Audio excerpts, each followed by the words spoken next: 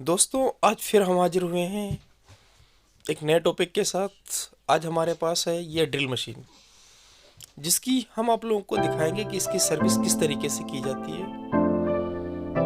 तो हमारे चैनल पे जो लोग नए हैं वो हमारे चैनल को लाइक शेयर सब्सक्राइब करें। और ये किस प्राइस में आती है, ये ऑनलाइन मंगाना चाहिए या ऑफलाइन। तो दोस्तों, ये हमारे पास एक लगभग 7 साल पुरानी ड्रिल मशीन है। ये केवल ड्रिल है, जिसे ड्रिलिंग आप कर सकते हैं नॉर्मली। हैवी लोड इस पर नहीं चला सकते आप।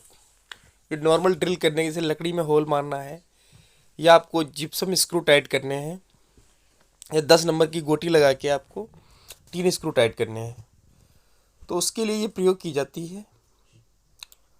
और ये लगभग मार्केट के अंदर 750 या 800 रुपये के आसपास मिल जाती है, जो नॉर्मल क्वालिटी की होती है।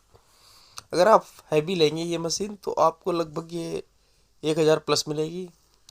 अगर उससे भी हैवी लेंगे तो आप तो लगभग 1200 रुपये के आसपास मिलती है, जिसमें 3 स्टेप में होती है वो मशीन। 2 स्टेप में, सॉरी, 2 स्टेप में होती है। एक नॉर्मल आपकी ड्रिल चलती है, एक थोड़ा सा प्रेशर के साथ चलती है। तो वो आप दीवार में उसमें गिट्टी उट्टी छेद भी कर सकते हैं, इसलिए वो उसमें थोड़ा सा प्रेशर कंपनी बना के देती है। तो ये मशीन हर लगभग, अगर आप कंटिन्यू यूज करते हैं तो आपकी 3 महीने बाद सर्विसिंग तो ये मशीन मांगती है। अगर आप टाइम पे सर्विस देते रहते हैं तो इसमें जल्दी कोई प्रॉब्लम नहीं आती है, क्योंकि इसके अंदर बहुत छोटी छोटी गरारियाँ लगी होती हैं, 2-3, और बैरिंग होते हैं, जिससे ये मशीन चलती है और आवाज़ सही रहती है। अगर आप टाइम पे इसमें ग्रीसिंग करते रहते हैं तो मशीन में आवाज़ भी नहीं आती और आपकी मशीन ख़राब होने के चांसेस बहुत कम रहते हैं। तो ये मशीन हमने खोल रखी है। खोलने के बाद इसमें अब देखो, हम ग्रीस कर रहे हैं, ग्रीसिंग कर रहे हैं। जो अंदर की गरारी है उसके अंदर ग्रीस भर रहे हैं। इसमें अच्छी तरीके से ग्रीस भर देना चाहिए, ताकि जब मशीन को कुछ टाइम हम चलाते हैं तो मशीन हमारी गर्म हो जाती है, जिससे क्या होता है, हमारी ग्रीस जो है हल्की सी पिघलती है और आपकी गरारी के ऊपर आ जाती है। वो धीरे धीरे इस तरीके से गरारी और गेयरों पे चिपकती रहती है। अगर आपकी इनकेस मशीन सूखी चलेगी तो ये आपको दिक्कत करेगी और आपकी मशीन के पार्ट्स जो हैं जल्दी ख़राब हो जाएंगे। और इसमें बैरिंग भी दोनों साइड लगे होते हैं। ये देखिए, एक बाहर की साइड में बैरिंग है और एक अंदर की साइड में बैरिंग होता है, ये देखिए। तो अगर आपके बैरिंगों में ग्रीस कम हो जाए या आवाज़ बहुत कर रहे हो, अगर आपके पास बैरिंग हो तो बैरिंग ही चेंज कर दीजिए, नहीं हो तो आप इसमें ग्रीसिंग कर सकते हैं। ये अंदर का बुश है जो ड्रिल मशीन के अंदर लगा होता है, इसमें ग्रीस देखो हम भर रहे हैं। और ये बैरिंग साइड का कॉलर है, इसमें हल्की सी ग्रीस लगा देंगे ताकि हमारा बैरिंग बैठने में आसानी रहे। ये मशीन 2 क्वालिटियों में आती है, एल्युमिनियम आर्मेचर में भी आती है और कॉपर में भी। ज़्यादातर इसका जो आर्मेचर होता है वो कॉपर में ही होता है, लेकिन जो फील्ड होती है वो एल्युमिनियम में होती है। तो आप जब भी लें थोड़ा सा पैसे ज़्यादा लगा के लें, ताकि आपको कॉपर वाइंडिंग में फील्ड मिले, क्योंकि आर्मेचर एल्युमिनियम में वाइंडिंग बहुत कम आते हैं। थोड़ी सी आप अगर प्राइस के मामले में प्लस जाएंगे तो आपको अच्छी क्वालिटी की मशीन मिल जाती है। इस मशीन का हम लगभग 5-6 सालों से कंटिन्यू यूज़ कर रहे हैं।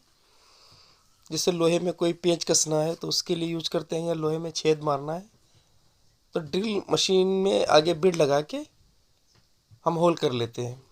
या लकड़ी में कोई होल करना है हमें तो उसके लिए प्रयोग करते हैं। और कभी कभी तो इसको स्क्रू टाइट करने के लिए, जैसे इन केस कहीं पे प्लाई लगनी है या कोई चीज़ ऐसी लगनी है जहाँ पे लकड़ी लगा के सेटिंग की जा रही है, तो वहाँ पे इस मशीन की सहायता से हम स्क्रू कसते हैं। बस ये मशीन हमारी काफ़ी पुरानी है, लगभग 7 साल पुरानी। तो इसमें रिवर्स सिस्टम नहीं है, ये क्लॉकवाइज ही चलेगी, एंटी क्लॉक नहीं चलती है। और ये स्पीड जो है इसकी थोड़ी हाई स्पीड से उठती है। जो आपके आजकल की नई मशीनें आ रही हैं उनमें लो स्पीड भी होती है। वैसे इसके अंदर जो आपका ट्रिगर लगा हुआ है, जिसको आपको दबा के चलाते हैं, इसमें एक नए मॉडल का ट्रिगर आया है, वो लग जाता है, जिससे कि आपकी मशीन की स्पीड कम ज़्यादा भी हो जाती है और लेफ़्ट राइट भी कर सकते हैं। इसी मशीन में वो आपका लगभग 60-70 रुपये के आसपास एक स्विच आता है इसका, वो लगा देते हैं। तो उससे ये प्रॉब्लम आपकी हाई और लो स्पीड की और दूसरी रिवर्स की भी प्रॉब्लम सॉल्व हो जाती है। इसमें 2 कार्बन लगे होते हैं। देखिए, एक कार्बन हमने फिटिंग कर दिया है, दूसरा फिटिंग कर रहे हैं।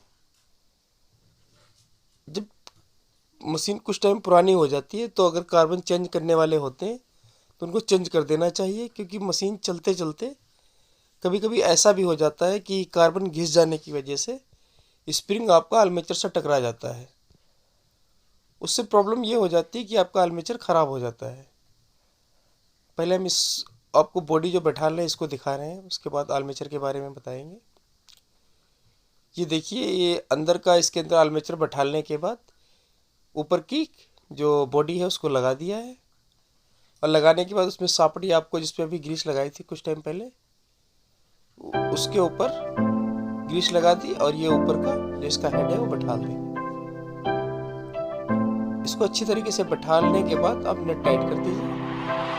नेट तीनों बराबर बैलेंस में टाइट करिए ताकि लूज टाइट कोई ना रहे, क्योंकि अगर कोई ज़्यादा टाइट हो जाएगा और कोई हल्का टाइट होगा तो उससे क्या आपकी मशीन डिसबैलेंसिंग में थोड़ा सा आवाज़ कर सकती है।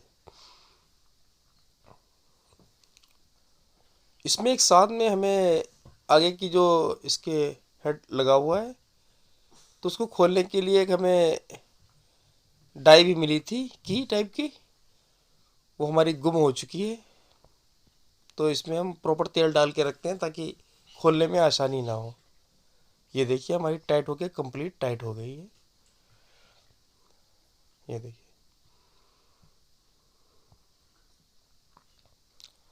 तो इसमें कार्बन जो होता है, अगर आपने कार्बन इसके घिस गए अचानक और इसका स्प्रिंग जो है आर्मेचर से टकरा गया तो आर्मेचर को शॉर्ट कर देता है।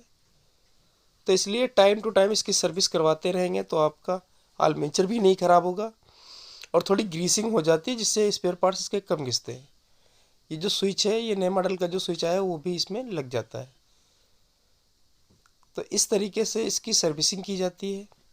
मशीन खोल लेना चाहिए, खोल लेने के बाद अंदर जो आपके गियर पार्ट्स हैं उन पर ग्रीस लगा देनी चाहिए। अब इसकी फिटिंग हम करेंगे, और फिटिंग करने के बाद आपको चला के दिखाएंगे कि मशीन कैसी चल रही है और आवाज़ में कुछ कम हुई या नहीं हुई, या वैसी ही आवाज़ कर रही है मशीन। क्योंकि मशीन ये हमारी पुरानी ज़्यादा है, लगभग 7 सालों के आसपास, तो इसमें आवाज़ थोड़ी सी ज़्यादा है। जो आप नई मशीन लेके आएंगे उसमें आवाज़ आपको कम मिलेगी। देखिए, आपको हम आवाज़ सुनाते हैं इस मशीन की।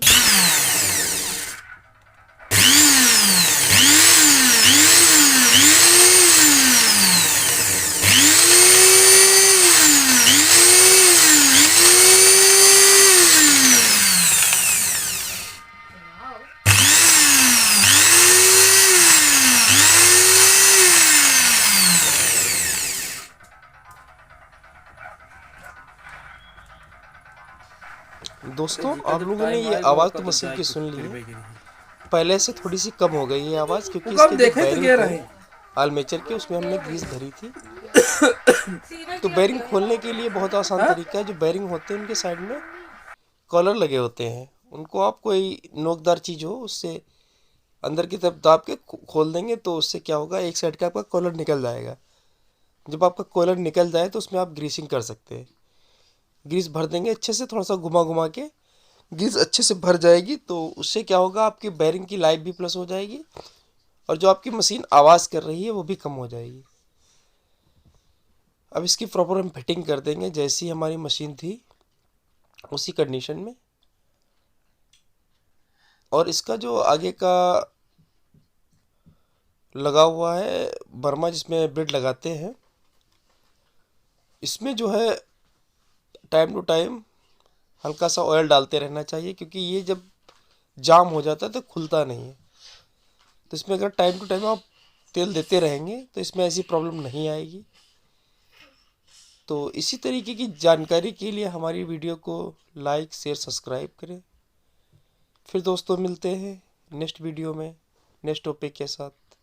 तब तक के लिए दोस्तों बाय बाय।